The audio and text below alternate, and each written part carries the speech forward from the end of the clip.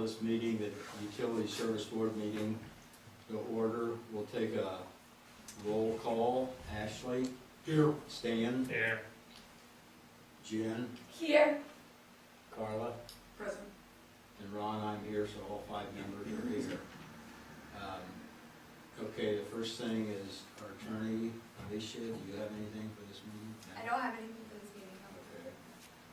The adjustment report, we'll do that later, like we always do. After we go. Okay, Mark, the utility report?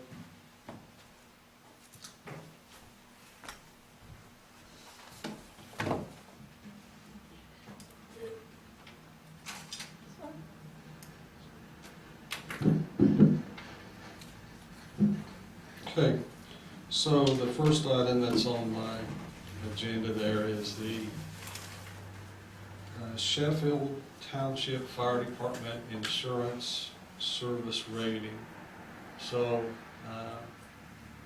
next Monday at 4:30, I'm meeting with the Insurance Rating Agency and Sean Alcar. This is a process that's done once every 5 years. And that is, on our part, that's why they like to see that we have a ongoing hydrant maintenance, flushing, and flow testing program. So the hope is that the insurance rating for Dayton will increase. It's from 1 to 10. It will increase, and that therefore helps people's insurance rates go down. So we've been doing this flow testing and hydrant maintenance program for 3 years now, and we have all the data. I filled out all the paperwork that this agency needs, but I told Sean I would be there at 4:30 with our annual reports, just in case they needed any additional information, so we could hopefully present the best numbers we can, and it will do what it's supposed to do. One thing I didn't know was that, I just thought it was about Dayton. Well, it's not. It's about all of the area that Sheffield Township Fire Department covers. So, although we play a significant part in it, it's just not us, but hopefully it will be in our favor anyway. Okay? Any questions about that? Are you familiar with any of that from before, Ashley or Ron?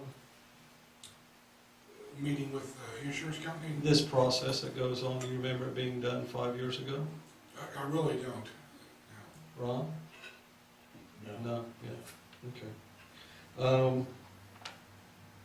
Next item's under wastewater, so I'm probably gonna go ahead and, of course, we do a spring and fall maintenance on the lift stations. We have them come in, pump them out, clean them, make sure everything's drawing the right amps. So cost us $1,500 in the spring and $1,500 in the fall, but I think it's money well spent, so I'll be scheduling that for this month. The fall grease trap and oil and grit chamber inspections, I've completed those, and these inspections in the spring and fall are required in our agreement with Lafayette Renew, just to show that we're doing our part to keep the system operating the way it should be. So those have been completed, and that'll be part of the annual report that I send them every February. Okay, so the 2021 Community Crossing project status and billing. So at 5:43 this evening, I got some good news. So Michael Mang, who is the town engineer for BF&S on the project, has been in communication with Doug Denny, who is the owner of the Midwest Paving, and I'll just read you the email that was sent this evening. It says, I wasn't at that meeting that you guys attended out there, but so you might know more about this than I do, but it says, Mr. Mang, obviously our employees have a much different recollection of the verbal meeting on site. Please, at your earliest, have the limitations staked in the field that the owner wishes removed. Also provide layout work with proper grade stakes and grades with the 3-foot offset. Please let me know as soon as this is completed so we may gather our resources and begin. I must go on record stating that Midwest Paving does not agree with this conclusion. So, after I got this, I called Mike Smith this evening and I said, so, am I interpreting this correctly? And he said, yeah, so it does appear that they're going to replace those sections of the sidewalk. Just 30 minutes ago, I saw this reply from Michael Main to Doug Denny. It says, Mr. Denny, I have received your message and will communicate when the staking is completed. Thank you, Michael Main. So, That's fantastic. Yeah. okay. So this brings us to the next part. So, as of today, Midwest Paving had submitted 3 bills. One for, excuse me, for the concrete work, and that concrete work is the sidewalk and then all the driveway approaches on Cable's Mill, okay? They had submitted the bill for $52,423.96. I guess I should note first that BFNS has reviewed all these bills to make sure that the quantities were right and the amount is right, so they've approved of it. So bill number 1 was for all the concrete work, $52,423.96. Bill number 2, which was for the asphalt work, was $207,860.03. Can you repeat that, please? $207,860.03. Thank you. Bill number 3 was requesting release of the 10% retainage, which that is done once the engineers and the town signs off on everything. So that's kind of money you hold back just until everything's good. So back to bill number 1, the concrete work for $52,423.96. Of that portion, $29,827.70. So $29,827.70 was the bill, the item, the pay item for the church sidewalk. Okay, so this is where I'm going. So those 3 bills added together equaled $289,204.43. Okay? So $289,204.43. I do not recommend, and neither does BFNS, that you release that 10% retainage. I mean, we're not satisfied yet.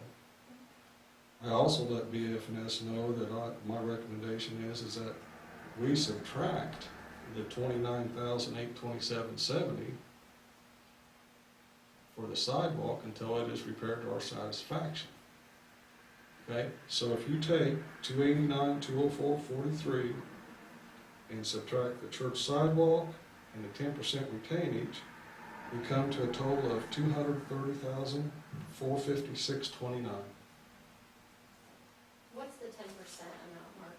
That is retainage. It's Oh, no, like, what's that? Do you have the actual dollar amount? yeah, 28,920.44. I'm sorry, one more time. $28,920.44. So my suggestion is that I recommend payment to Midwest Paving to honor our contract with them in the amount of $230,456.29. That is everything they've billed minus the retainage and minus the cost of the church cycle. So now we're open to discussion. See what you want to do. So my first thought, well, first I just want to make this abundantly clear. The sidewalk that they're talking about is the one that was flooded, right? Yes. And all the flooded part, that's what's getting redone? Perfect, okay. My second thought, yes, I like this idea, but we have not seen those invoices yet. And so, because of the 5-day rule, I'm apprehensive. This is a, you know, I understand what you're saying about this stuff, but this is a, these are signed contracts. These are, and in all honesty, if you saw this, you wouldn't understand what you're looking at. And I don't mean that in a bad way, but Yeah, these are signed contracts that we're obligated to, and anybody's welcome to see them. well, we It's can not pay that. contracts ahead anyway, can't we? Okay, never mind. But, and I'm more than happy to share it with you. I mean, they're just billings. Never mind. But I think that the way I safeguard the town and myself is I go to BF&S and I say, you need to review this billing, Yeah. and you need to make sure that the quantities are correct and the dollar amounts are correct. And that's how I look out for the town in doing that. But yeah, if you want to wait, No. I mean, it doesn't matter to me one way or the other. I just know in previous CCMG contracts, this is a process we did. Yeah. I was worried about the 5-day rule, but it's a contract, so it's, And I don't know, does that mean that you don't have to because it's a I contract? can Right. pay it ahead of approval. Right. Okay. So it's like, not a worry anymore. Okay. Sorry. So, besides that, so what do you think about that? Do you want to pay that much, or do you not want to? Do you want to pay more, or what do you think? I think it's great, they're replacing it and everything. I talked to Mike Smith earlier today, and of course, he didn't know about their run to the sidewalk, but he said that we need to keep the 10% plus 10,000 or so that they're gonna have to do to repair it.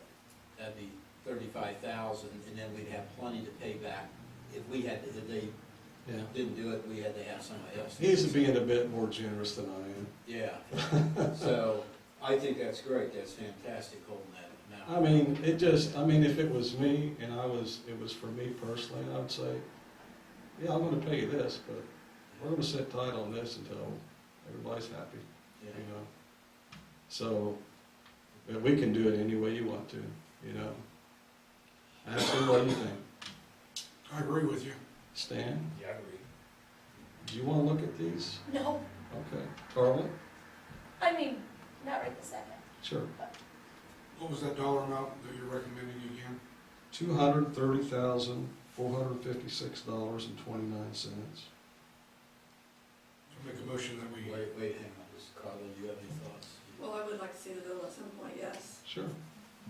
but, I'm much more pleased with this proposed resolution, yes. If you want me to, Mark, I can scan them and email them to everybody after the meeting. Sure. Yeah. If that's what you guys would like, that's fine. Go ahead. well, I'd make a motion that we pay the $230,456.29. Second? Okay, we have a motion by Ashley to pay Midwest Paving $230,456.29, seconded by Jen. We'll take a roll vote, call vote. Ashley? Yes. Stan? Yes. Jen? Yes. Carla? Yes. And I vote yes, so it passes 5-0. Okay, the next item is the call for projects for 2022, which the first call, they have 2 calls, one in January, one in July, is January 3rd through the 28th. So you're all getting copies of the street ratings, which should be our template for making these decisions. So I got a hold of NDOT and I said, well, what if we don't have our current contract buttoned up? Does that mean we can't do another one? She said, no, you have 18 months to complete the first one. But in the meantime, you can apply for funding again. So the thinking needs to be, do we want to submit projects for this January, or do we want to wait till July? Now, this current contract, just to give you a good example, this current contract that we're working our way through, it was from back in January.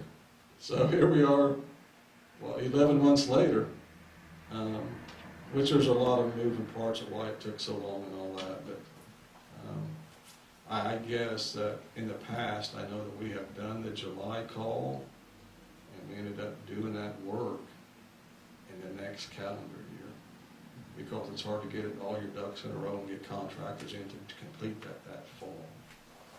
So, I think we ought to do it in January. In January? Get it done this fall, yeah. so it would be ready to go next summer. Right, Yeah. So, what needs to be done then is that a list of projects needs to be put together, okay? So, Stan, I'll ask you to kind of guide that, all right? So what you want to be thinking about, of course, first thing that should guide you will be the street ratings. Whenever you think about that, also think about on those streets that we do, you decide on, or the board decides on, do we want to do any storm drain work, or do we want to do any sidewalk work? Because that's the only ones that will get 75-25, is if we're actually doing the street work also. You know, we can't just pick a sidewalk. We have to be doing the street work to get the sidewalk or storm drain work done on that street. So I would say that, so how much time do we need to give BF&S to put together the cost estimates and all that, you know? So I would say that, if it all, what is today? 10? Yep.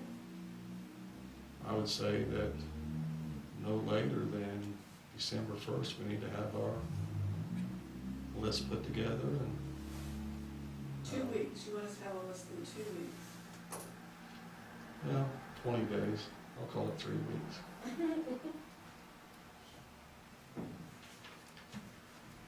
If not, I mean, Yes, we give them.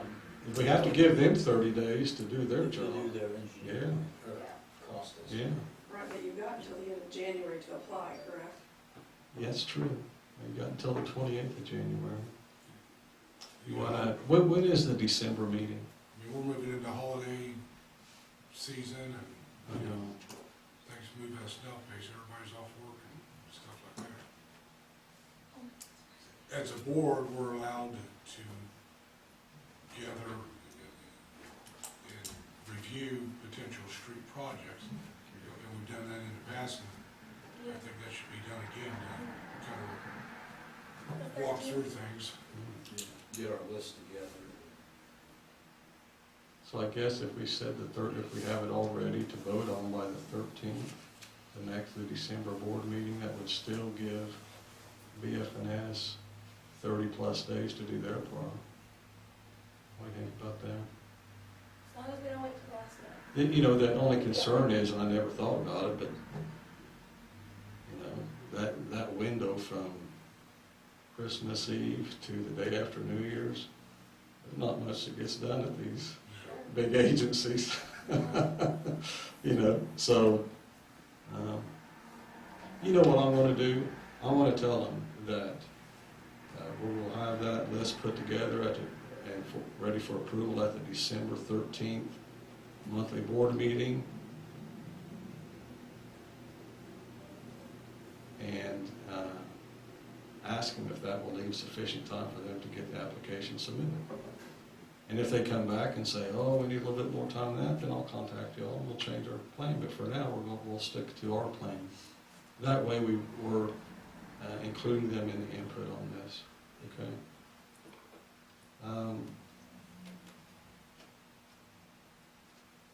The last item I have, which I just got this the other day, for the leaf pickup. So the townwide leaf pickups begun. Kelly Landscaping submitted a bill, and I went back and looked at the contract, and he does have it spaced out. The total's $5,000, but there's 3 different payments So he's requesting the first payment for services in the amount of $2,000. And he does that every year. Does he? I couldn't remember if we paid them all at the end or what. So the total's 5, The right? total's 5, and he's requesting payment for $2,000. And how many times does he pick it up? 4 times? He's picked up twice. Yes, and he picks up a 4 in total, but in all honesty, I see him here, drive through here about every other day picking up leaves. Because the leaves are really starting to come down Yes. now. Yeah. I know Monday, he was here in town all day picking up piles, so. I've had several positive comments on his promptness in picking up the piles. Good. He does a good job. And just driving in here this evening, I see a handful of more piles, so. And I don't know what is the next official pickup date. I'm sure I think it's next Monday, because he always does it on Monday so people can pile them up over the weekend. Do we need a motion to pay that? I don't think he gets a contract.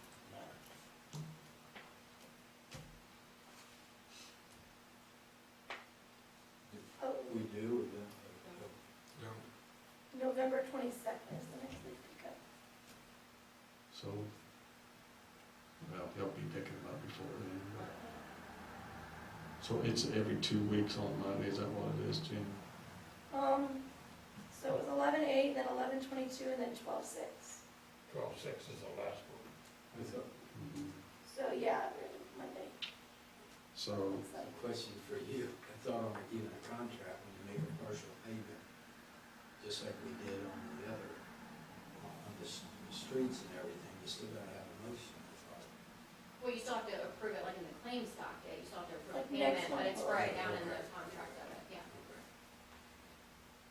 I think you went ahead and just made a motion because you guys made a partial payment on that one, just to make it safer. Since you were withholding funds, not making the full payment, that's why a motion was appropriate. And this is holding 3,000. no, we're Well, making the no, full but payment this of is, his. yeah, This is, Oh, this this is is- actually okay. broken down. yeah, in the per contract. Okay. so we're good? Yep. Yep. Okay, so I'll get these bills from First Midwest. She will send them to you, okay? But, so we already have the funds from the state, don't we? Okay. So we'll go ahead and issue this first check, but I think with that first check, I'm gonna add a note in there explaining the amount of the payment and the reasoning behind it. I think that's fair, you know. Yeah. So, before you send that check out, you let me know, so I can I'll add do a it Friday. cover so- letter for it. Closing thing, and Ron and Jen were here today for the pre-construction meeting for the relocation of the water lines on State Road 38. It looks like that project will begin next week. I think it'll be slow going a little bit. He said that it might possibly take him 30 days to get it completed. We will send out letters tomorrow to the affected homeowners, kind of let them know that the train's coming, you know. And primarily what it says in this letter is that temporary disruption in service will occur. We'll try to keep it to a minimum. And how many? 4 or 5 counting the Masonic Lodge. So, I mean, it's part of what's NDOT required, and we've got to do what we got to do, you know. And they did say the 74,000 that they pay it off, so that's good. Yes, Yeah, Yes. that. Yeah. yes, Money out. NDOT, yes, I agree, That's the one so everybody knows started at 24,000, yes, and now it's going up to 74, and the state will pay it all, so. yeah. Okay, any questions on anything? Before Mark drops out, he needs a new computer. So when Alex went out and got him like this itty bitty little laptop thing that he has, and Mark, he was having problems with it a couple weeks ago. Mark Jones came in and told us Mark needs a new computer. The thing is, and with what Mark does and everything, all the files and readings that he does on it, now Mark can't even turn his laptop on. He can't even do any work. But he's got this itty bitty little baby thing, and then Mark Jones put in a screen so it can magnify on it. I've contacted Mark Jones, but he has not texted me back, so I figured if you guys, I don't know if you guys want Mark Jones to suggest something, or if you guys wanna vote on it, but he's got to get a new computer. He can't even work right now. Well, I'm the forever optimist, and I think whenever I come in the morning, I'm gonna turn it on, it's gonna work. Oh, But Mark. still, even when Mark Jones was here a couple weeks ago when he was having issues, he's been having a lot of issues with it. What it does, it has these automatic updates, you know? Yeah. And I saw on the bottom this morning, it said, had the icon, I clicked on it, says, do you want to update now or later? And I just clicked later, you know?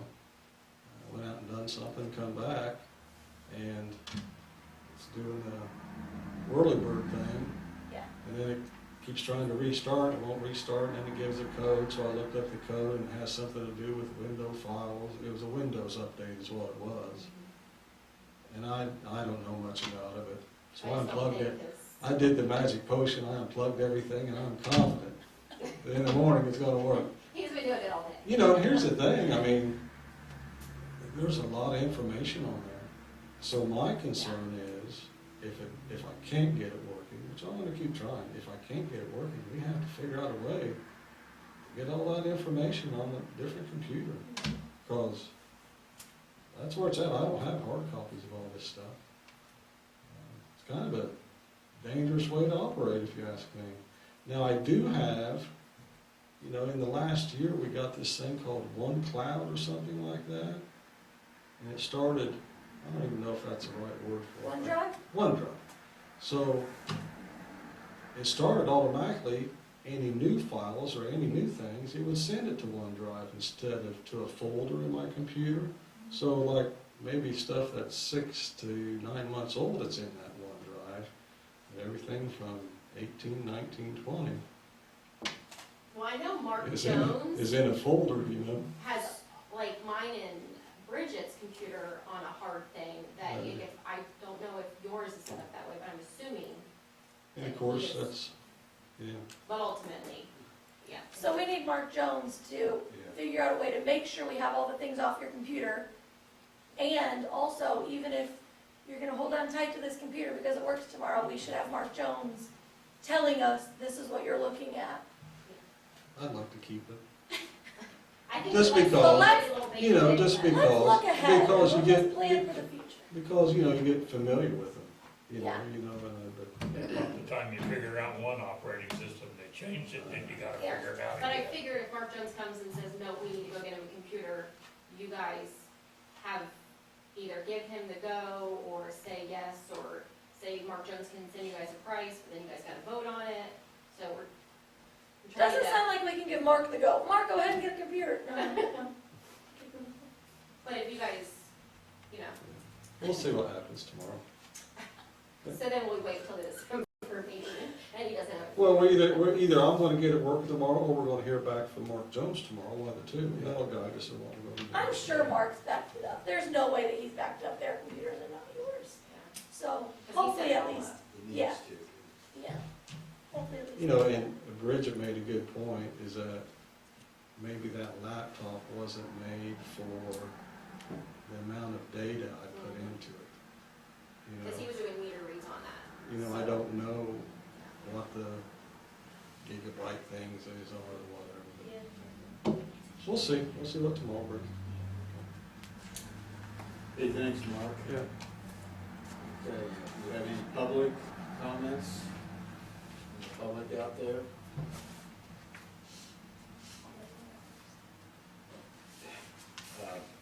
Okay, council comments? Ashton? Stan? Jen? I do. Oh, So, also thinking ahead for Mark, I think that we need to start planning and looking for a part-time Mark to help him out. It's already in the salary ordinance for non-elected employees. We have labor laborer, up to $20 an hour, varies based on hours. So, but I do want us to start thinking of, like, how do we want to find this person, and how are we going to put a job description together? Kind of want to get your thoughts on that. We put that out, what was it, last year or in 19? So Mark does have a job description. Oh. I think the problem was finding somebody that, was it the certification thing, Mark? See, I Or was it wasn't the thinking. distance thing? No, it was that we put it on Indeed, Mhm. and we've got probably 20 applicants, but they just weren't, you know. The typical one was, I've had 3 jobs in the last 4 years.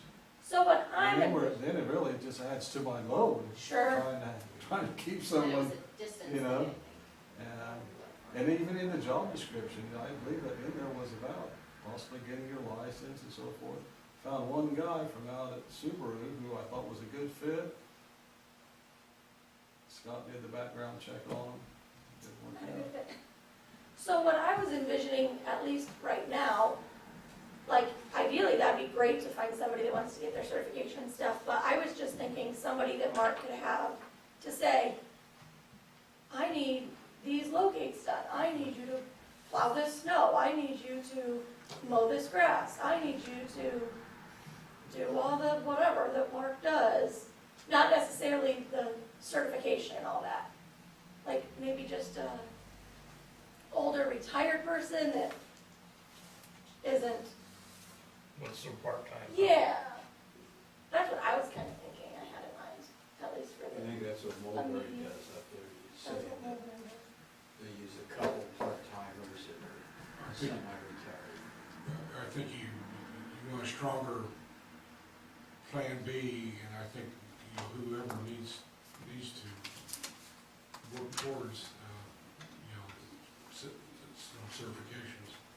And I'm not opposed to that, that would be great, but I think it's gonna be easier to find somebody that would just wanna, like, be under Mark and help Mark out. However, it's probably gonna be harder to find somebody that wants to work toward those certifications. So, I don't think that's a bad idea, I just It would start really with, be- It would really be towards their advantage, yeah, you know, financially and flexibility, you know, those certifications are few and far between, and yeah. people ought to jump at the chance that they can get certified. Well, that'd be nice, we can ask for both, but Mark, you know, we just had 20 people and none of them turned out, so Yeah. at least we can give them some temporary quicker help while we're doing all this building and these projects. I agree, you're absolutely right, I've said that for years. All right, well, we'll start looking, anything else, Jim? No, Carl? So you want Mark to go ahead and start advertising? well, Is that what I you're didn't saying? have this on the agenda, I forgot to put it on there, and then I forgot to put it on there when I updated it. So, I wasn't planning to make a decision, because I know we don't really like to make decisions about things that weren't on the agenda, but if we could. Like, I don't know, So we need to see, what did you put out last time, can you give us a copy of that? I think I have the job description. Okay, and we'll look at it over, and we can all, Mark knows what he needs more than anyone. And it was, just what you can expect, but she'll send you a copy. I think it said $15, and might even said something about 20 if you got your license or something, you know. I don't know about that part. Yes, you can send us the job description, and also, do you have what you used to advertise previously? I gave Jen the login, so if you log into Indeed, it might be under there, under like the Oh, previous, So if we can get a copy of that too, Yeah. just to see, that'd be helpful. yeah, she has that on there. so it's okay with everybody to go ahead and let Mark check into this and try to. I don't know how to check into this. I mean, you know, I mean. We'll get with you, okay? Well, I guess what I'm saying is that, I mean, if you want them to put it on Indeed, that's fine, but I don't know how to do that. Yeah, when we got a You know. resume, I just printed it off and gave it to him, and then he went from there. You know, here's the thing, I mean, we all know is that there's places that are paying $25, yeah, they can't get any help, yeah, you know, So I'm not hopeful. I think that the idea is in the best scenario, although we would prefer to invest in someone who was young, from Dayton, that would be long-term, because there's such value in having a long-term person. Right, but I thought the focus right now was to get you some immediate assistance. Right, That's right. not necessarily focused on that. Right, and that's where I'm going, but what you said about just finding a retired person or something that just wants to make some money on the side is probably our best hope at this time. And that's fine, you know, but, you know, the real, and we talked about the Alliance apprenticeship program. Yeah. And we said, well, what we'll do is we'll make them sign a contract. Well, Jen or Ron, maybe you both looked into it, and it was like, oh, you can't do that. What do you mean you can't do it? So we're gonna invest in your training and education and license, and then we're gonna say in exchange for this, we need you to guarantee you're gonna work for us for 5 years, and, right, you said we Right. can't do that. Right, you can't, you can ask them, the only thing you can do is ask them to repay, some of their training things, like if you bought them a computer and, The like, classes, maybe. yeah, maybe the cost of the tests or something, Yeah, but you can't tell them, well, you've gotta stay for this amount of time, or, that's odd, you know. Because I know people that have went into nursing programs at hospitals, and they said, hey, we'll let you get your LPN or RN, but you have to stay with us for 3 years or whatever, you know. So I wouldn't think that would be illegal or whatever, but it is what it is. But yeah, so, yeah, I'll take any help we get, but I think that, we'll keep operating like we do until we figure out different, Well, we'll start working on it, so. you know. Okay. Carla, do you have anything? so is it being put out? I just wanna be clear, like, are you getting with Mark and we are like putting this out for application? First thing that's gonna happen is Michelle's gonna send you guys Yeah. the job description, okay? Yeah, And I think Carla wants to know where it was posted at, is that what you were asking, Carla? No, where does, what was posted, What was how was posted? it advertised, Okay. how did it? What read? category or whatever? Okay. So you know what she wants, don't you? mhm. Does the town have an application? Yeah, It's a Yeah. real generic, Carol. And these people just sent the resumes, yeah, which was okay. fine, Any more questions, Jen? No, Okay. Carla? one, I got a couple of things. Michelle, thanks for giving me that information on those checks and everything. I asked you the other day on we got the farmer's contracts. We sent a new contract to Ron Berry, and he's probably gonna go with it at the $300 an acre. But he was saying that Kelly Carr is farming 2.5 acres. And I asked Michelle, and she can't find a contract, I don't know when it was lost before or whatever, so. I can't find any. Okay, I need a contact number for the Carr family, Kelly Carr or Guthrie Carr. And I'll contact them, because actually you gotta do it by the end of November. And, I think I have the Guthrie's email, they contacted me before, so I'll see. that would be good. we have to have something, because when we sent those annexation letters, like, where would we have sent those? Right, Yeah, the well, voluntary I think annexation? Kelly, Guthrie's doing all of Kelly's stuff now, his son, you know, so you need to contact him. You should have a contact there. Anyway, Michelle says they are paying, they paid us this year $500, so that must be about, 2.5 acres. Ron Berry said they farmed about 2.3 acres or so. Yeah, cause like when I pulled it, the Berry, he's paying twice a year, and the Carr's only paying once a year, Yeah. which is in like, I wanna say when it was either like April or May. Yeah, he always paid just once in the spring to get it over with. Yeah, So anyway, we'll get me Guthrie's number and I'll contact him and tell him to increase that a little.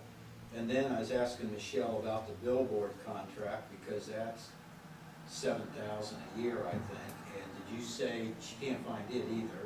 I know, So, There's no files. yeah, probably when you repainted everything and had everything piled in piles, it's probably some of this was lost or it's upstairs or something. But anyway, did you say they paid this year, the $7,000? Yeah, I sent you for the past 3 years, so I went back, Okay. it was either 18 or 19 I sent you, and I believe, when I say, I think it was 7,000 a year that they pay. Okay, and when do they pay that, and what month, do you know? Did I put it in the email? I got some emails, I forgot what it is. Well, anyway, so I wanna they- say June or July. Okay. If we don't have a contract, do we contact the company, the billboard company, and ask them for a contract, or? Like I said, I went through the stacks in the safe and my files, and I don't see any contracts from them. And I think I sent it, that it was J something promotions. Okay, I'll look at it. I'll contact them and see if we can, because we ought to have a contract, you know. I mean, I can either call them or you can, I don't Well, have, go ahead and call them and find out. okay, At minimum, it's surely gonna be renewed at some point, Yeah. so. I do not have a contact number, but I do have an email for Guthrie. And Okay. instead of saying it live, I'll just email it to you. Yeah, email it to me, yeah, okay, okay. Or I'll just write down here and get it to you before I leave. Okay, and I think this weekend, we're gonna try to haul all those asphalt chippings that are on our property down to, is that a lift station on the other side of the interstate? Meter station. Meter station, and try to level that. Does anybody wanna help? Anybody have a dump truck, Ashley, that you'd like to help move it down there, or I'm out of town, living on Friday, to Missouri, when will you be back? be out there about a week. Okay, well, it could wait till then. It'd be nice to have a couple dump trucks hauling down there and stuff, so I'll get a hold of you then. I don't have a dump truck, but I'm very strong, so whatever you need. Okay, all right. Got a backpack? Go shovel, Okay. shovel fit in your hand? Yeah. You could level around the edges and stuff, along the Mm. fence. Mm. Okay, that's all I got, so with that, we'll adjourn the meeting and turn it over to Jim. All right. This is the November 10th meeting of the Dayton Town Council. We've already taken roll call. Attorney, do you have anything for this meeting? I do have one thing. I was contacted by the attorney for Randy, is that right? Yeah. Randy Martin. And I reached out to them and discussed with them the stay, which they had requested. And they said that they were in agreement with, everything that we had asked for, but they would need, the town marshal to input some data. And I don't really know, if he keeps up his training, he wants to continue his training, and if he does that, it has to be input into some system. I don't really understand it. What I had them do is I had them prepare a contract or an agreement between us that we would stay it indefinitely pending, resolution of the lawsuit. I have not had a chance to review the contract because I just got it today. So I told them that I would take a look at it and that the board could either make a motion that we approve this stay depending on the terms of the contract, or we could just wait until the next meeting and just do a temporary stay until I've had a chance to review that contract. Which I don't think we have to take any action on it. I think we can just let it sit. I don't know that we need to actually do anything, but I would like to review that prior to anybody agreeing and make sure that I touch base with the town marshal to make sure whatever he's asking for is reasonable. I don't really know exactly what it is he wants, because like I said, I haven't reviewed the contract, but in the email, he said that he would keep up with his training, he would pay for it, but it had to be put in some database or system or something. I don't really know. Scott? Does that sound right? Yeah? I understand what she's asking. Oh, good. Is I- that, I too would like to see everything. on okay, paper. I can get that to you, yep. And Beth Copeland was copied on the email, so she does have a copy of the pending agreement and, knows what's going on. So I told him, without knowing what was going on, I couldn't say for sure, but I wanted to talk to you about it before we agreed to anything. So, that's all I really have. Cool, okay. non-elected employees salary ordinance. So last meeting, we discussed some changes for the school traffic guard, the IDEX coordinator, and we took out the probationary period for our deputy marshals. So, do you happen to know the number for this? Let me see the minutes that I sent you because I want to say.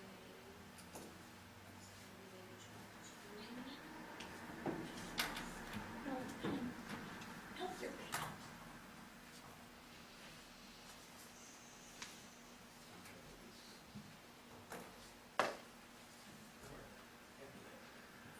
In the minutes, I did put the ordinance number, Oh, like, when you guys, like for the ones that we didn't know? Yeah, You the had ones to come that in? took place on the second, Okay. so we just.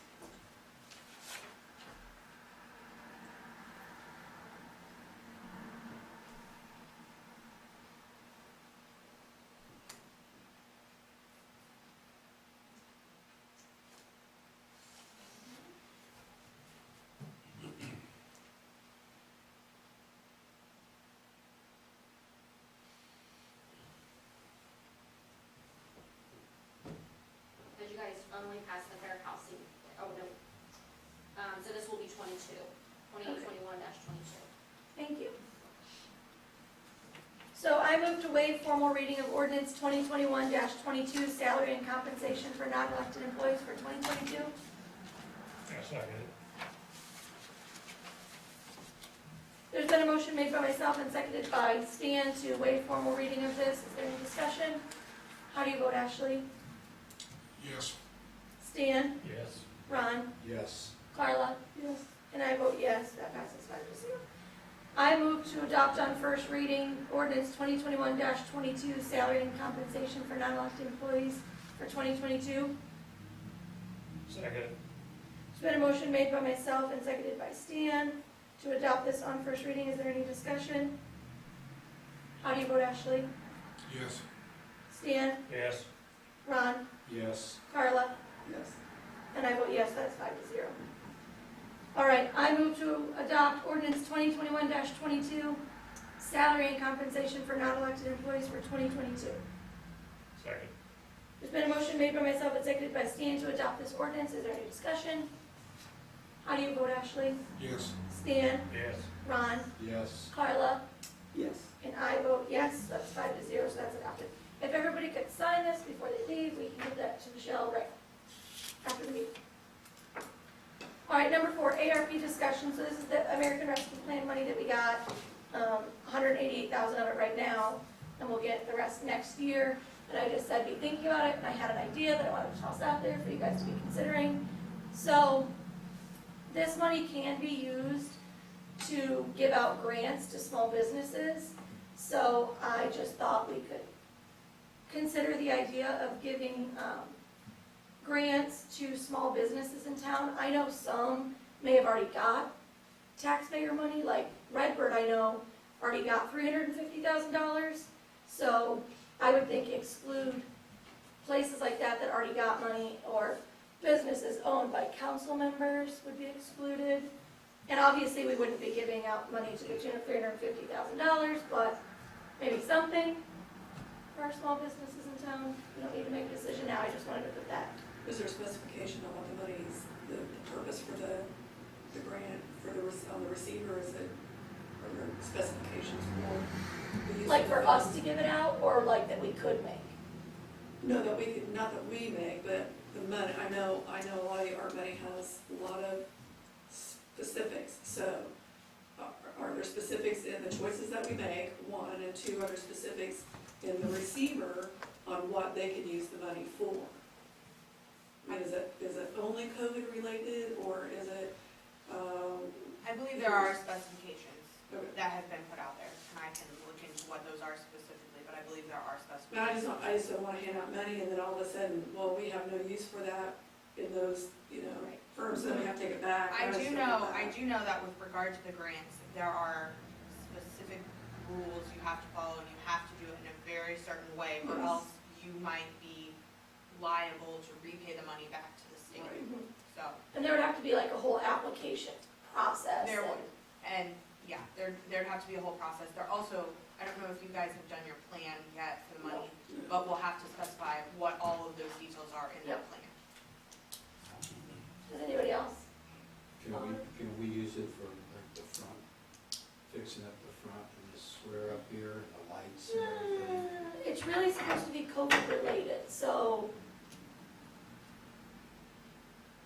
I don't- Like, there are some things, so, you know, if you fixed it up out here and there was a nice, like, gathering place, like, let's say the gazebo wasn't there, we wanted to put a gazebo there.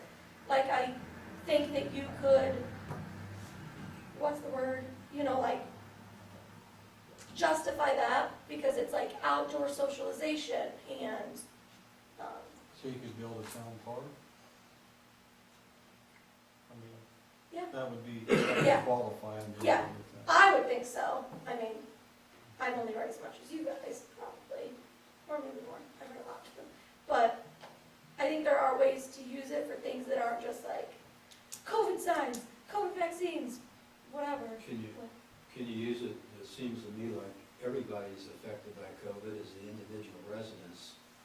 Can you use it to reduce their utility bills because they are the ones that are affected by COVID directly? Or like people that have really high bills because they lost work. Mhm. Yeah, I mean, it seems like that'd be a direct Mhm. thing versus giving just to the business people or whatever, I think that. I'm not sure if you can give it to individual people. Really? Yeah, we'd have to look. I was gonna say, I thought that you could make direct payments to people. You maybe could for a specific purpose, Mm-hmm. but Yes. For like each. potentially for utilities. But again, before you do anything, I mean, Oh, yeah. you just want to check all the rules. Oh, yeah. But I don't like, it's like in That's what Lafayette and stuff, they hand out a huge amount of money to a few businesses. Like I think the chocolate factory got $1 million, Subway got $2 million. Or what is it on one Harry's side? chocolate? Harry's Chocolate, yeah. The chocolate. And yet then there's some little businesses that get 3 or 4 or 5,000. And it seems so out of whack, you know, that you're helping. And then some of these businesses that get a lot of money, they close down, they don't even open up as much. They actually reduce their hours, reduce their time, I've been noticing. And that seems like something's fishy there, but I like the idea of helping businesses out, but I like the idea of helping all our residents out too. I think a lot of your reduced hours and days of the week is staffing issues. Yeah, but if you get 300,000 or you get $1 million, you shouldn't have too much staffing issues because you got the money it's supposed to be to help pay these people. Unless you are cheap and don't pay them much or anything. Well, you still have the issue of People are still trying to live off of unemployment, that's the problem. right, You you gotta have people who actually wanna get out there more. Yeah. And that is part of the issue, but. Well, think about the person that doesn't get Well, I any. mean, places are offering $28 an hour and you're still not getting people to work. Well, then offer It's not 30. old, it's just the truth. You know, if you got $1 million, you can offer more, I guess, so. I just noticed that some people get money, reduce their business and stuff, it just seems, I don't know. But anyway, we can help all the town residents, that'd be nice, help the businesses, that'd be nice. Alicia, I know it's sort of a plan in motion, but have they, these guidelines that are out there somewhere, are they mostly stabilized now, or are they To still my in knowledge, flux? they're not.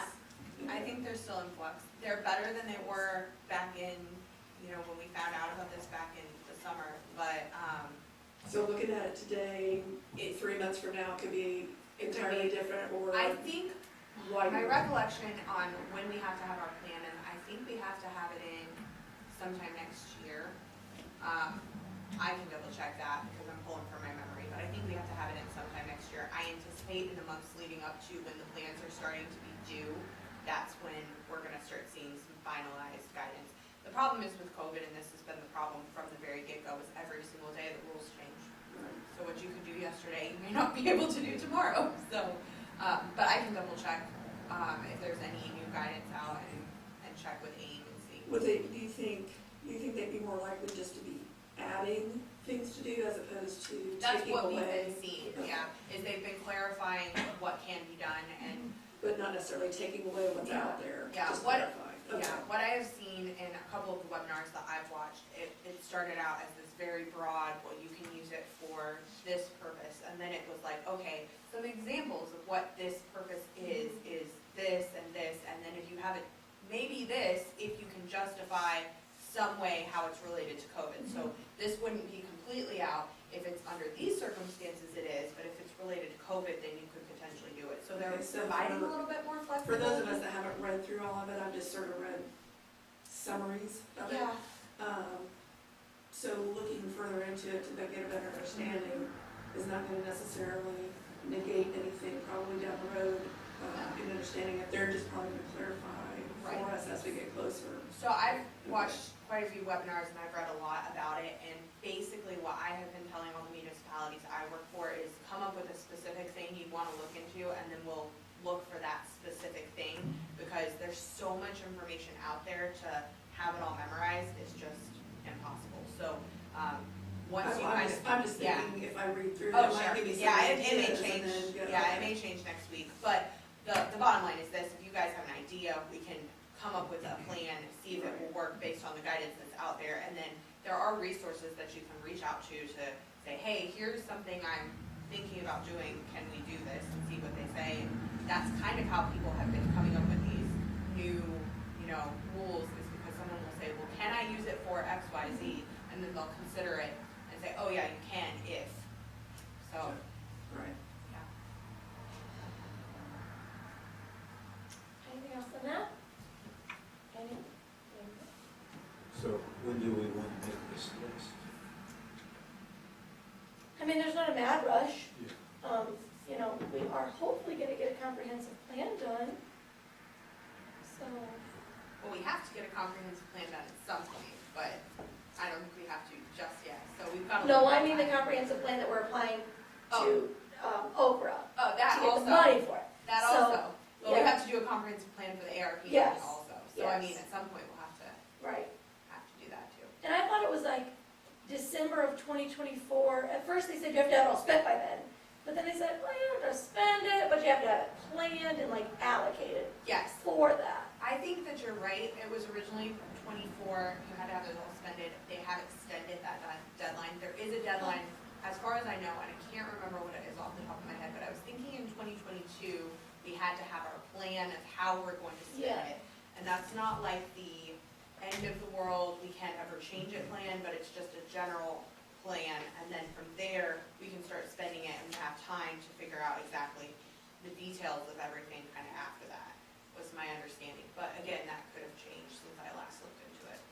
And I do think they're definitely only getting more lax with it.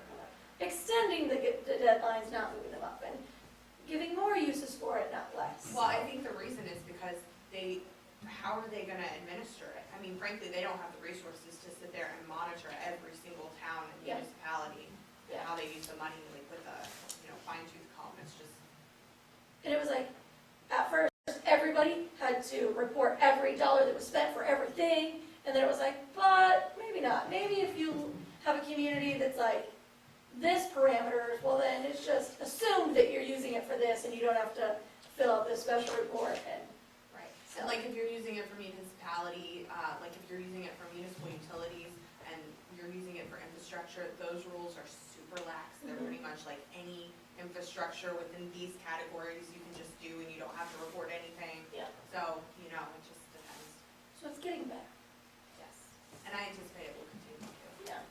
How did they determine how much the town got?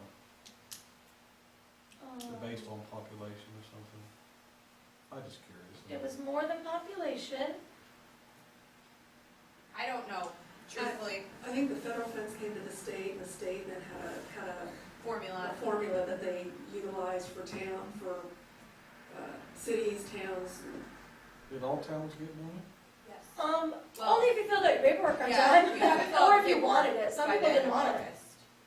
Is Some towns or whatever didn't want it. They felt like it was too much of a hassle. Because at first they were like those strict, like broadband, infrastructure, can't use it for anything else. Do all this reporting, and they were like, well, that money's not worth it. They had the deadline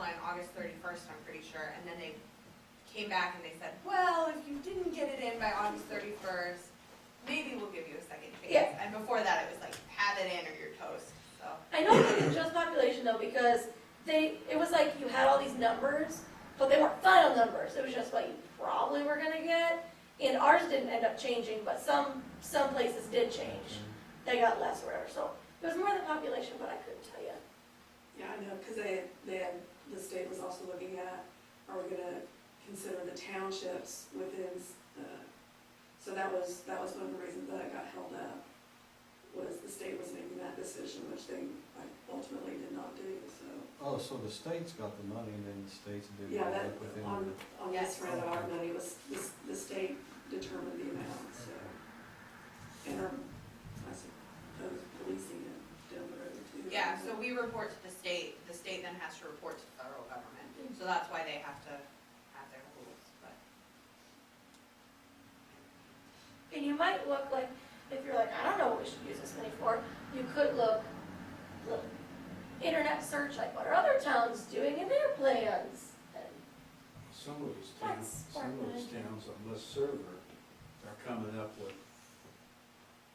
which I disagree with, like they're wanting bonuses for themselves and their employees and stuff, which they always had a job and always still got a paycheck, and they should be handing it to other people instead of themselves, but I see a lot of that on there, so. Okay, anything else before we move on to the next agenda item? All right, annexation of Dayton property. So I added this so that we could give Alicia the okay to look into annexing our, can I play in the right direction? Yep. Our strip of land that goes from town limits up to 200. That would be a good idea to annex our own land in our town. Well, we ought to have it annexed, so we can use it how we want to. Does anyone have a problem with Alicia looking into it? You said Do it. from the what? So from our town limits, because like part of that strip is already in town limits, so from there up to 200. What's the purpose of spending the money to annex it into the town of Dayton? How much will it cost? I don't know, I'm sure it costs something. I just think with what's going on up there, it's a good idea to get our land in our town.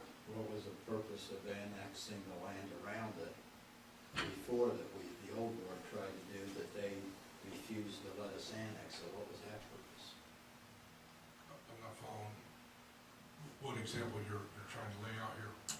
Well, the strip of land she's talking about on when we tried to annex that property up there, the cars and stuff didn't get in. Oh, So it's right next to us, so we were trying to annex that. We were starting the conversation of annexation. I don't think I answered your question. I think if it's Dayton land, it should be in the Dayton town limits. Yeah.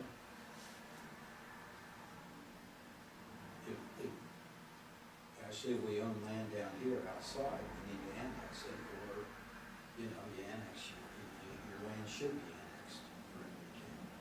So you can control it a little more. That's the idea. We want to control that land because we want to do certain things with that land, I think, that's good for Dayton. And with all the animosity of the county commissioners and other people refusing to do what our wishes are for this town and fighting us every day tooth and nail, we want to control more of our own property, I think is the main reason. And that's a good, I think. Otherwise, we don't do anything and they walk in here and they're going to sooner or later try to take that land from us. So did the town purchase that strip down through there?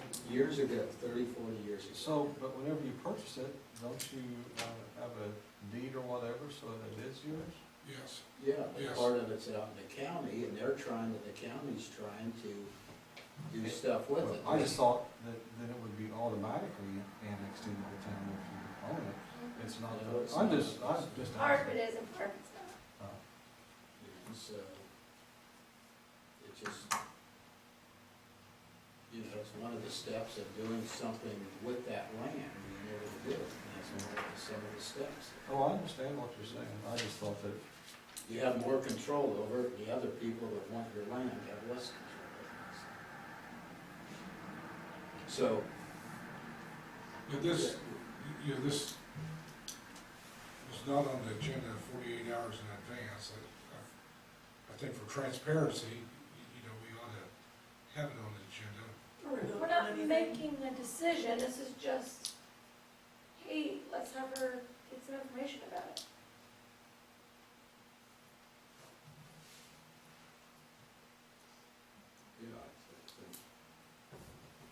So you're opposed to it, or you're just opposed to getting information about it? Well, I get what you're all trying to do, okay? And obviously I disagree with it. I don't understand why this board has this animosity towards Tippecanoe County or Lafayette over, I don't have any animosity with the county per se, so, but you made a statement that you obviously disagree. It apparently is obvious to you. I don't understand why you're disagreeing with it. So can you explain why you don't think it's a good idea? I think we should work with the county and with Lafayette, instead of working, butting heads with them, okay? And So annexing property that we already own is butting heads with the county? I get, I understand why you're wanting to annex it, okay? I get that, okay? And it's just, Why? Well, because I believe that you think that that will be another roadblock for them if they actually do Yost Tackle Road off of Haggerty. That's being done, so that's not, annexing that property that we own is not gonna stop that. That's already a done deal. I think, that pathway was set forth decades ago for that particular purpose. I think we should work with the county and with Lafayette on that project. I've always thought that, but, Yost Road, are you talking about Yost Road or our property? I'm talking about Yost Road or something along those lines. Well, Yost Road is being done, or a road is being done. I don't know if they'll still call it Yost Road or not. That's being done, so, we're not telling them no, we're not telling them, we're not arguing with them. I'm having a hard time understanding what you're telling me, what that has to do with the idea of annexing the property that this town owns into the town limits. I'm having a hard time understanding why that's a bad idea. I'm not saying it's necessarily a bad idea, I think it's unnecessary. We have ownership of the, I believe that there's members of this board that think that that will be another legal obstacle should the county Maybe it is, maybe it isn't, but, choose to do eminent domain. so, okay, so you think the way to work with the county is to not annex property that we own, so we can count on the goodness of their heart to not take that property away from us. Do you think annexing it into the town of Dayton prevents them from buying that land off of us through eminent domain? Well, if they choose to do eminent domain, that's a whole different issue. And if you believe that they're going to do that, then I think that's an even better idea that we need to annex that property. I would hope that we would be extending our hands to them in agreement. And I would hope that they would also extend their hand, but they have so far not done that. they've never done it. I can only speak for my time serving on APC and my time serving here. And my time serving here, I have not seen the county once come out and talk to us. I'm not, one time I had a commissioner call me, but it was before a vote that was gonna take place that night. It was at 3 o'clock that afternoon, and he left a message, and so I didn't get it. But why would he wait until that time to call me? You know, that, So, now, let me finish. So, my experience being in this town and then serving on this board and serving on the APC, my experience with the county commissioners, my experience with the county in general, in their willingness to work with us has not been a positive experience. So, for us to not consider, I'm not saying we should, I'm not saying we shouldn't. I'm saying for us to not consider annexing property that this town owns into our town limits, that's not intelligent thought process.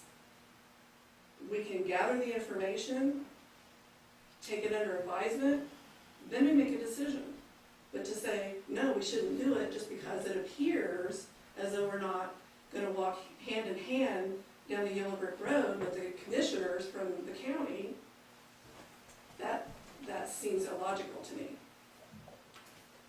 you know, the things were set in motion before your tenure on the board, okay?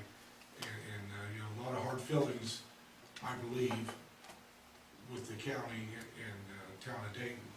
You know, I think we should take steps towards repairing that rather than.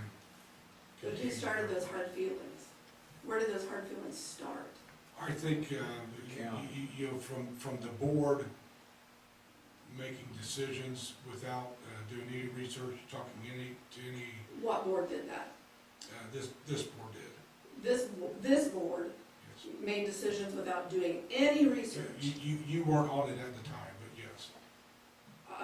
This board started and I joined it 6 months in. Right. So you're saying from January to June, when I was appointed, they made all kinds of decisions that they did not do any research for? They made decisions that affected that TIF area out there and, you know, the potential that Dayton had to annex that area in to the town of Dayton. You know, they canceled the Yost Road project, the grant money that we had for that. And that sent some very negative signals to, you know, Lafayette and the county. Well, I don't see why they would take it negatively when this town board decided to make a decision that they felt was best for this town when a rezone took place and went against what I said, what I told them as an APC member. I was sitting on the board at that Yeah, point. yes, you were, I remember. And I told them, and, his name has escaped me, the attorney, Reed? not our attorney, Teeter? yes, Mr. Teeter, actually at that APC meeting lied to the APC board, lied to them, which I did call him out on, he lied again. So, that's where the hard feelings started. And the rezone wasn't, they wanted to rezone it to something that was not good for the town. Nobody wants warehouses, but that's what's gonna happen now because the rezone went through. So, I don't see how the animosity that you're talking about can be laid at the board's feet. I'm telling you it is.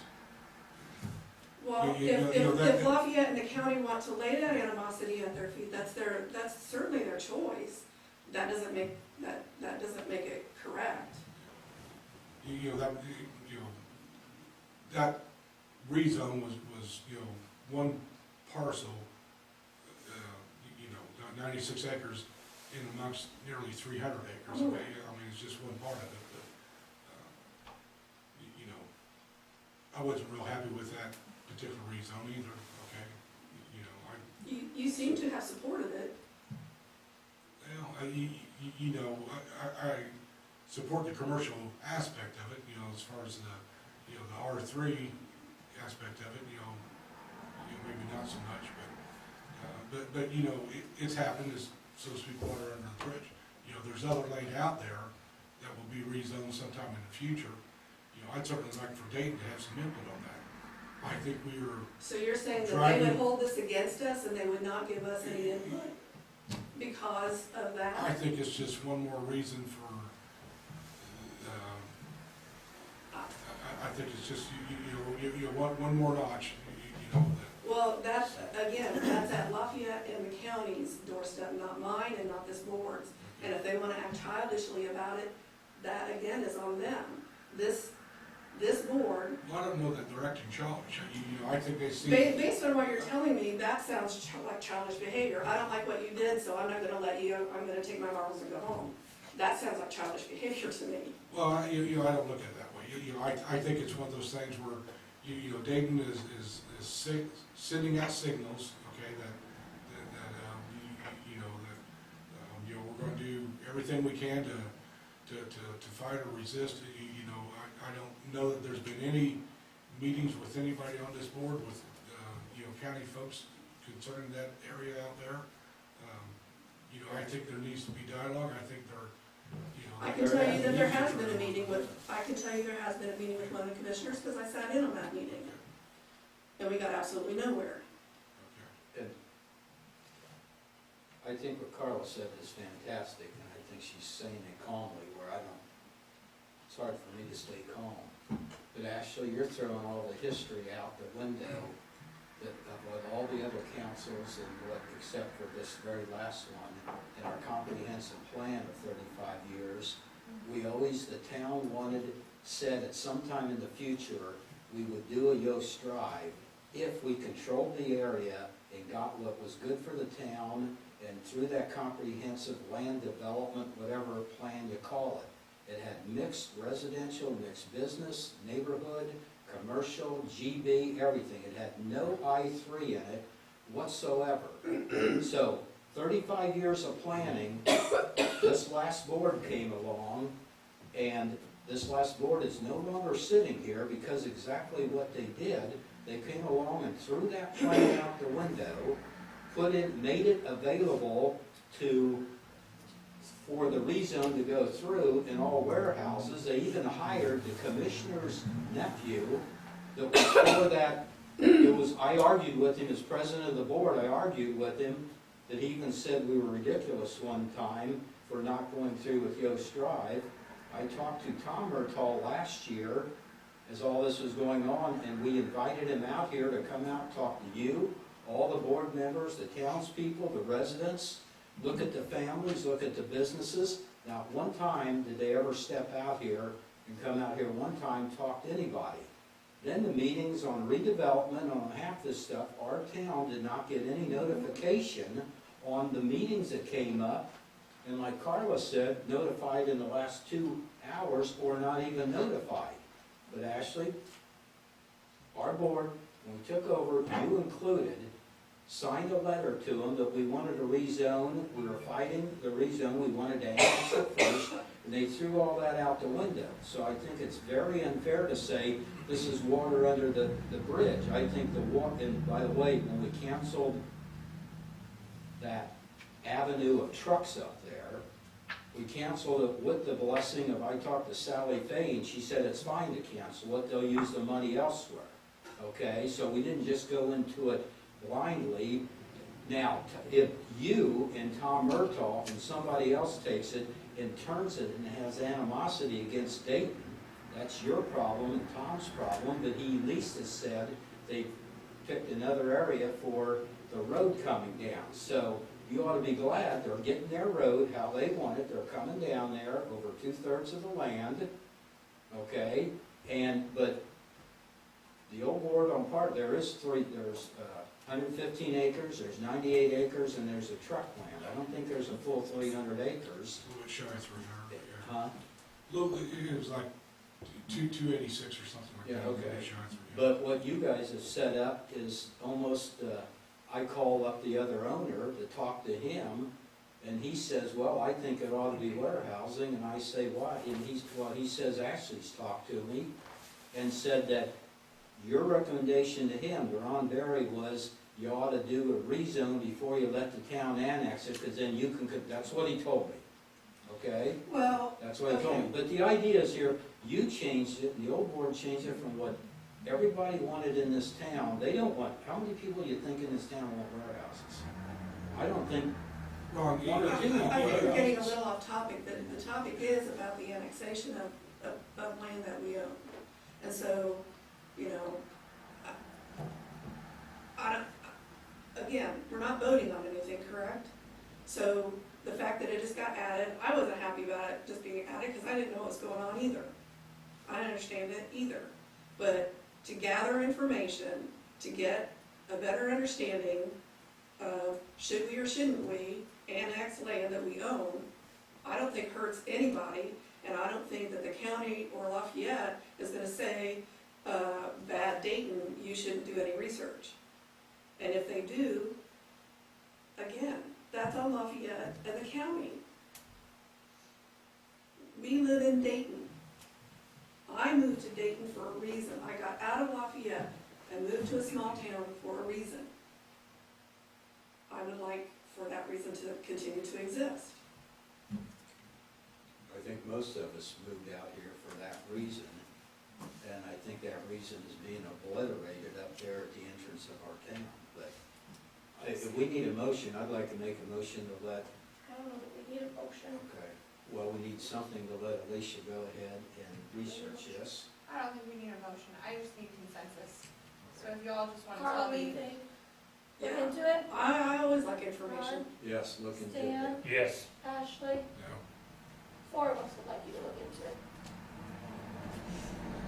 Did you want to say anything else, Ashley?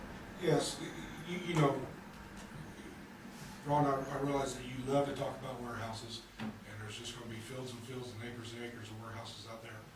Well, there is. You know, no, there's corn grown out there. There's 98 acres dedicated for 100% warehouses. Warehouses and quite a few other uses. No other uses. Talk to Tom Murtaugh, he said 100% of that 98 acres is warehouses, Ashley. It's warehouses. He said that's what it needs to be. It needs to be for SIA. We mentioned use the land on the west side of the interstate where they got 4,000 or 5,000. He said, no, this is perfect land for warehouses, not for a restaurant, not for a ball field, for warehouses, 100% of warehouses. Well, that is, and remember, I signed a letter, you know, against that rezone, okay, so remember that. Yeah, we know why you did. But, you know, you're talking about land along the side of the interstate, and, you know, I don't think there'll be houses ever built alongside the interstate in that area. Most people don't want to live next to the interstate. So, you know, it will be commercial of some kind. I agree with you there. You know, I think you purposely try to scare people talking about all these warehouses, and I don't think that. Ashley, would you do me a Hold favor? on, just a That, second. you know, Call Tom Murtaugh up and see what he's planning for that area. Now, you're saying they won't put houses next to the interstate. The 35-year plan wasn't putting houses, you take everything and twist it. It was putting the houses out in the middle of the field. Ashley, don't laugh like that. Did you ever look at that 35-year plan? Yes, Okay, tell me how much is residential and how much is green space, how much is I-1 and how much is neighborhood business and how much is GB? And tell me where the houses are, how close to the interstate, because I didn't see any housing units next to the interstate. that's, So it was light industry and it was businesses and stuff like that. And so you're saying area plan, the old planners of this town and the old board, including Mr. Yost, you're saying they're all wrong and wanting that up there, that their say-so has nothing to do with it, that it should be warehouses like Tom Murtaugh wants. Is that what you're saying? I am saying that the comprehensive plan was in the process of being updated, okay? Lord only knows that this country's changed a lot in 35 or 40 years. There's a lot of empty buildings sitting around the United States, brick and mortar buildings. You know, you have to adapt to times. You know, the comprehensive plan does need to be updated to reflect those changes.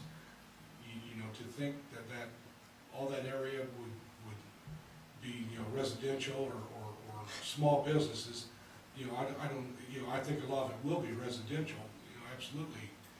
But I do think there will be commercial area, business area out towards the interstate.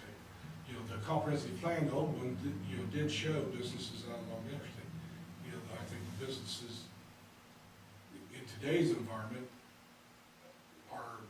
have a different look than they did 35 years ago, and that's reflected somewhat in zoning. And again, remember, I was not in favor of that being rezoned to R3. You know, So then why don't you stand behind us and help us do something besides I-3? By the way, you said there's 286 acres, right? in that Roughly. In that neighborhood. 98 of them is the new car land, that's all warehouses. The other, how many was where the truck, Indiana truck is now, and that area south, that's in our land? That is, 30-some? no, that's not included in that 285 acres. I'm talking about the land that is north of Dayton town limits, in between the interstate, Dayton Road and Haverty. I thought there was 98 on the left of the proposed avenue of trucks going up, and I thought there was 115 on the right side over toward Dayton What are you Road. talking about, avenue of trucks? Well, that's what they are proposing, a road that's gonna be nothing but semis in there, but whatever you Bypass wanna around call it, Dayton? whatever you wanna call it. But You anyway, guys are actually, to way the off right of topic. that, then there's that other farm, Bowers Farm is a half acre, and then that one with the silos is 5 acres. All right. There should only be, you've already committed to 50-60%, or 60% of the land now is all warehouses and a truck place. Would they say the bays are gonna be open, 23 hours a day? That's definitely, okay. So- We went That is not way what I'm off. saying. This was just to give Alicia the okay to look into annexing this property, and that took a lot longer than I thought it would. All right, we'll move on. Allowance docket. It says September 2021, but I just accidentally put that. We need to approve the October allowance docket. So I move to approve the October 2021 allowance docket. Second. It's been a motion made by myself and seconded by Stan to approve the allowance docket for October 2021. Is there any discussion? How do you vote, Ashley? Yes. Stan? Yes. Ron? Yes. Carla? Yes. And I vote yes, that passes 5-0. Jen, before you move on to the invoices, I just have something, since it has to do with payroll, and you're doing allowance docket. So, as we have done every year, but I just wanna let you guys know to make sure everybody's still good with it. So the next payroll or pay date is November 26th, which lands on the day after Thanksgiving. So payroll will be actually November 24th, the day before Thanksgiving, which is the last working day before the holiday, so What, you're gonna pay us early? you're allowed to. That's horrible. I know, I don't know right? why I would agree to that. Yeah, so I just wanted to make sure that everybody was still good with that. And just to give everybody an update, so you don't freak out when you see your check in there on the 24th. Cool, Okay, that's all. thanks. All right, moving on to the claims. I move to approve Alpha Business Technologies invoice number 214424 dated 10/22 of '21 in the amount of $500. Second. It's been a motion made by myself and seconded by Stan to approve this Alpha Business Technologies invoice. Is there any discussion before we vote? Ashley? To approve Alpha Business Technologies invoice 214424. Yes. Stan? Yes. Ron? Yes. Carla? Yes. And I vote yes, that's approved 5-0. Does anyone have any questions about the BFNS invoices before we vote on those? There were 3 of them. I have a question on, what was that thing, Mark, that we were talking about? That we both were confused about? Where are they at? I don't know. Okay, so it's not the Truck Indiana, it's not the CCMG, it's the other. State road project. It had some kind of like abbreviation or something. And CCMG, an engineer, So we were both, plan, bid documents. maybe, was it that? Well, Swift, Yes, that one. the Swift one, the $2,000 bill for putting the Swift out. State Water Infrastructure Fund application, so We that, didn't know what to pay Pay that out. out of, yes. Because of, So if you look, the projects that were in that grant application were stormwater projects, so I said, we'll pay that stormwater, he said, well, let me check this. so we just wanted that to makes confirm. sense. Yeah. Okay, we just wanted to make sure everybody was good with that. Okay, thank you. That was our only question on it. The other things on there were a lot, but it was a lot of the CCMG stuff. And we just, usually we pay the BFNS, but we just turned these one in because they were so large. Yeah. And then that one that we hadn't had before. So did you get a letter that's saying that you did not get the SWIFT grant? The only reason I know we didn't get it is because I saw a list of the towns that did get it, and we weren't on the list. Say, So I didn't know if we got something that said, I never thank you received for this applying, news but today. you do not get this money. Yeah. yeah, I just saw the very Yeah. short list of It very big projects. Yes, it was a short list of multi-million-dollar projects. Yeah. That's what it was. I'm like, what, you couldn't throw whatever we asked for, $40,000 or what? I know. It was like 5 million, 5 million, But 5 million. that's, you know, whenever I talked to the guy about it, he said, well, you know, we thought that these big projects that would get press are more likely to be funded. So whenever you give some town $3 million to do this super duper sewer project, and it's on the news and it's in the newspaper or whatever, You didn't tell them how many Facebook pages this town has? I don't know how many we got. Too many. But anyway, Bummer. that's. All right. So I would move to approve the following BFNS invoices. Invoice 94311 dated 10/22 of 21 for $2,000. Invoice 94329 dated 10/25 of 21 for $4,620.75. And invoice 94328 dated 10/25/21. This one is for $12,287.75. Second it. There's been a motion made by myself and seconded by Stan to approve those 3 BFNS invoices. Is there any discussion? Okay, this is to approve BFNS for $18,908.50. How do you vote, Ashley? Yes. Stan? Yes. Ron? Yes. Carla? Yes. And I vote yes, that passes 5-0. I move to approve Renico invoice 105425 dated 10/11 of 21 for $175. Second. It's been a motion made by myself and seconded by Stan to approve this Brenico invoice. Is there any discussion?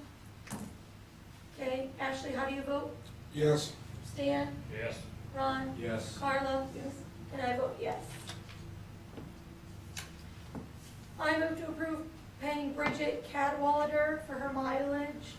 It was dated 11/1 of 2021, and it would be $70.56. Second. It's been a motion made by myself and seconded by Stan to pay Bridget for her mileage. Is there any discussion? How do you vote, Ashley? Yes. Stan? Yes. Ron? Yes. Carla? And I vote yes, that passes 5-0. I move to approve the following Haley's Lock Safe and Key invoices. Invoice 116171 dated 10/7 of 21 for $897.18. And invoice 116420 dated 10/25 of 21 for $32. Second. It's been a motion made by myself and seconded by Stan to approve these invoices. Is there any discussion? I just wanted to mention that the really high one from Haley's, you all have it and it lists it, but it just explains that we're just paying annually because then you save money. So we're paying these things annually, and we have that new control panel installed. All right, this is to approve Haley's for $929.18. How do you vote, Ashley? Yes. Dan? Yes. Ron? Yes. Carla? Yes. And I vote yes, that passes 5-0. These next ones are mine. The first 3 receipts are for postage. There's receipt number 69 dated 11/2 of 21, and that was for $77.94. That was for the disconnect letters that we sent out. Receipt number 70 was dated for the next day, 11/3 of 2021, and that was for $4.33. That was just one extra disconnect letter that didn't go out the day before. And then receipt number 76 is dated 11/5/21, and that's for $4.33. And I sent a letter to Tippecanoe County Clerk, Tippecanoe County Board of Elections, actually. I propose we pay Jan's postage. Make a motion. Is there a second? Second. Okay, there's been a motion made by Stan and seconded by Ron to pay the postage that I paid for $86.60. Before you vote, I just wanted to mention that this letter to the Tippecanoe County Board of Elections, so Michelle sent in our latest voting ordinance, and she got an email back that said, yep, we got it, but it was nothing stamped, nothing official. So then I tried to get that from them, and they said, yeah, we got it, it's fine, I'll send it to you. So they sent me it, again, it wasn't stamped. And so I inquired, like, has this also been filed with the clerk? Because some of you may remember a few years back when there was the big thing, it was filed with the Board of Elections, but it wasn't filed with the clerk, and then at the last minute, you had to switch boards because it was a fiasco. So I want to make sure that didn't happen again. And they said, yeah, it should be filed. But I couldn't get anything from them. So I sent a letter, a certified letter to them asking for a, receipted copy of this, like with a stamp on it. So Julie Roush sent me a copy of it with the Board of Elections stamp on it, but still not with her stamp on it. So, still trying to get both stamps so we can be assured that it's been filed correctly, and that's how we'll be voting. And she called me today, and she said that everybody's talked to you and everybody else has called, and she said that, like, she doesn't know what more you want from her, but, Yeah. I mean, it's in there, everybody has it, everybody's confirmed. I know, I'm just afraid if we don't have, because before, 20, whatever year that was, it was all in there, everybody knew it was in there, they had it, but because, was it the clerk didn't have the, what was the word? Signed copy or receipted copy or something copy, stamped copy, something, they couldn't do it, couldn't vote that way. Even though everybody had voted that way before, all of a sudden it was missing, so they couldn't, so I just want to make sure everything is taken care of, and it's more than just a telephone call. Yeah, it should be fine, yeah, they'll get it from us. Yeah, she said it's in their ordinance book, just like how every time that they've gotten Okay. something, it's in there. Hopefully she'll send it with the stamp. That's how the last one was. From 2018, it had a stamp from both the Board of Elections and the clerk, so that's what I'm going for. Anyway, so it's for $86.60. How do you vote, Ashley? Yes. Stan? Yes. Ron? Yes. Carla? Yes. And I am not going to vote, but that passes 4-0. The next one is also mine, invoice 315969695, dated 10/1/2021, and that's for $19 for GoToMeeting. How much? $19. Make a motion to pay Jen to go to meeting for $19. Second. It's been a motion made by Stan and seconded by Ron. Is there any discussion? How do you vote, Ashley? Yes. Stan? Yes. Ron? Yes. Carla? Yes. And I won't vote. That passes 4-0. I move to approve Nate's handyman service date, invoice 276, dated 10/18/21 for $275. Second. It's been a motion made by myself and seconded by Stan. Is there any discussion before we vote? Ashley? Yes. Stan? Yes. Ron? Yes. Carla? Yes. And I vote yes, that passes 5-0. I move to approve Taft invoice 3825546 dated 10/18/21 for $86. Second. It's been a motion made by myself and seconded by Stan to approve this Taft invoice. Is there any discussion? How do you vote, Ashley? Yes. Stan? Yes. Ron? Yes. Carla? Yes. And I vote yes, that's approved. 5-0. These next two are for Tractor Supply. They're both dated 10/20/2021. Receipt number 348,251 for $1.28 and 348,267 for $1.87. They're paid with cash, so I don't know who we're reimbursing. I went down there and I paid for them. They're the bolts for putting up the speed bump signs, speed hump signs, prior to them putting the speed bump in there, so they had to go up, and Scott and Mark asked to get them up, so there's a hold them up. I move to approve repaying around $3.15 for the bolts he bought at Tractor Supply. Second. It's been a motion made by myself and seconded by Stan to repay. Ron, is there any discussion? And just for the record, he's already been paid out of petty cash for that. Oh, perfect. We'll take what is it. Ashley, Yes. Stan, Yes. Carla, Yes. and I vote yes. So you can keep your petty cash. All right, I move to approve USA Blue Book invoice 753722 dated 10/8/21 for $66.02. Second. It's been a motion made by myself and seconded by Stan to approve this USA Blue Book invoice. Is there any discussion before we vote? Okay, how do you vote, Ashley? Yes. Stan? Yes. Ron? Yes. Carla? Yes. And I vote yes, that passes 5-0. Moving on to the reports. I move to approve the following reports from October 2021. Appropriation report, bank reconciliation, fund report, and revenue report. Second. It's been a motion made by myself and seconded by Stan to approve these October 2021 reports. Is there any discussion? How do you vote, Ashley? Yes. Dan? Yes. Ron? Yes. Carla? Yes. And I vote yes, those are approved 5-0. So we do have the minutes from September 1st, 2021 budget work session, September 30th, 2021 special meeting, October 12th, 2021 executive session, utility service board and Dayton Town Council, and then November 2nd, 2021 executive session and special meeting. We just got those a couple days ago, so we'll approve those in December. Public comments. Do we have it? Will you please state your name and address for the record? Nancy Oswald, 762 Shady Lane. And let me get my phone back up here. Ashley, did I hear you say that Tom Murtaugh is saying that this is going to be for other projects besides warehousing for the TIF district that they're taking care of? I think it's premature to think that everything out there is going to be warehouses. I think that's wrong. So what do you think that he's thinking? Well, Tom Murtaugh doesn't own land, property owners own it, okay? So those property owners, may or may not have buyers, and I have no assumptions as to what their buyers would do with the land, but in my travels and stuff, and I can see, some residential housing in that area.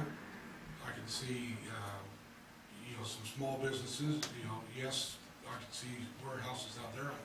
I think there's many possibilities that can be out there.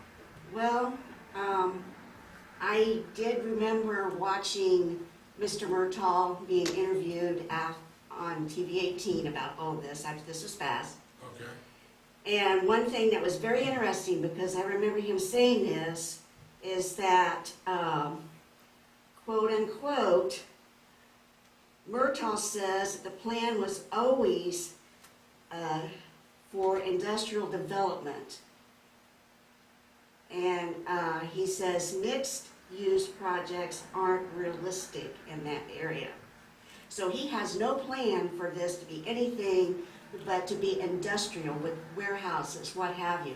It's nothing that is going to be where it's going to benefit Dayton. When you drive through Dayton on 38, that's going to be nothing but an eyesore.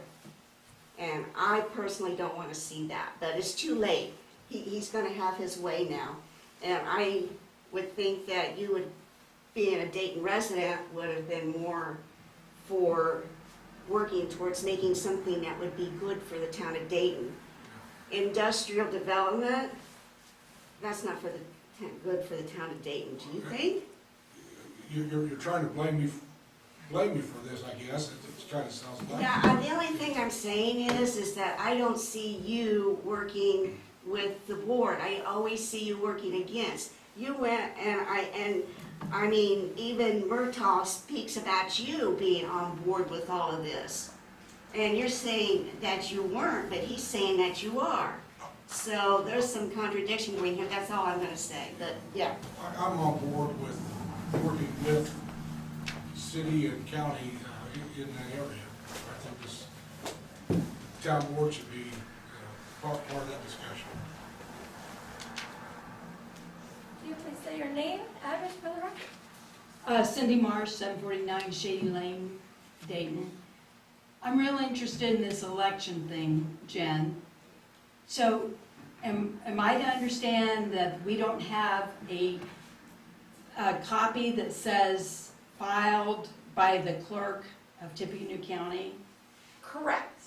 Julie did email me, so I do have a copy that is stamped by the election board, but it still does not have the clerk of Tippecanoe County's stamp on it, like the previous ones have. Okay, I've looked into this quite a bit, and I could be wrong, but I don't think anywhere it says that the ordinance has to be filed with the Board of Elections. Right. Everywhere it says it's filed with the clerk. And this should be very familiar to a lot of us that have been around here a while, because just a few years ago, there was a big, what the Journal and Courier called snafu in Dayton, where up to the last minute, we thought we were voting for 2 wards, and then suddenly, the Board of Elections calls and says, no, you're voting for 3, and so like Tyrone was running in 1, and he had to move over to 3, and it was just a mess, all at the last minute. And we'd already had 1 election by the voting ordinance that they said was never filed. But no one in Dayton could produce a copy that said filed with the court, filed with the clerk, and the clerk's office couldn't find a copy that said filed with the clerk. And so they went back to the previous ordinance, which was back to 3 wards. So do not give up, please, in getting a copy stamped by the clerk. Yeah. And you know, it is frankly infuriating to see people sitting here scoffing and making faces and trying to ridicule people for trying to do the right thing and make sure we don't have another mess like we were in a few years ago. But I, for one, thank you for doing it, Jen. And can I get a copy of that letter, please? That you sent that Sure. they're trying to say that they've already taken care of it? Sure. Thank you. That's all. The letter I sent to them. Yes. Anyone else? Public comments? Oh, that's not public.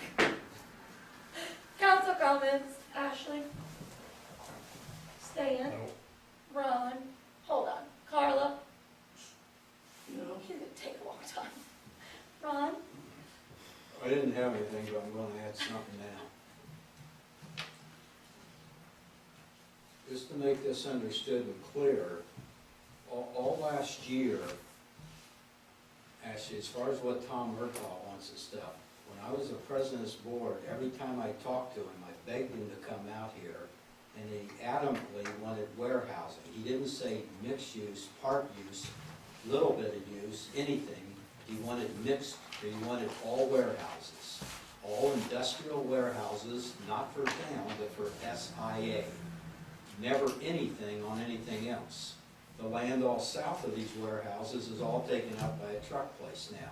So basically, the old board set it in motion, and 2/3 of this land up there is ruined for the entrance of our town. But Ashley, can you sign this before you go? he didn't like to listen to the truth because he's a damn liar is what he is. Actually, you're out of order. Ron's not out of many meetings. Anyway, Guthrie Card, last That year, doesn't make it right. That's okay, Ron, talk to you guys. so all I'm saying is, Tom Murtaugh changed it, why should we work with somebody that doesn't do what's good for this town? I'm glad we're all sticking together and we're working to get some kind of a mixed development for this town. The builders up there don't care, the people selling the land don't care, and when the landowner says to me and Ashley a couple years ago, hurry up and build that Yost Drive before the people start bitching, you know what they've got in mind, so. Anyway, it's completely taken against what the town of Dayton wants, so that's all I want to say. Thank you. All right, I just have one thing. Our Okra grant application is going to be submitted tomorrow, and Mark helped me out today with the last minute questions, because he had all the numbers in his brain. So, we should hear something by mid-December. I'm super excited. That's soon. Yeah. So, that was it. Anything else? All right, having no other business before us, this meeting is adjourned.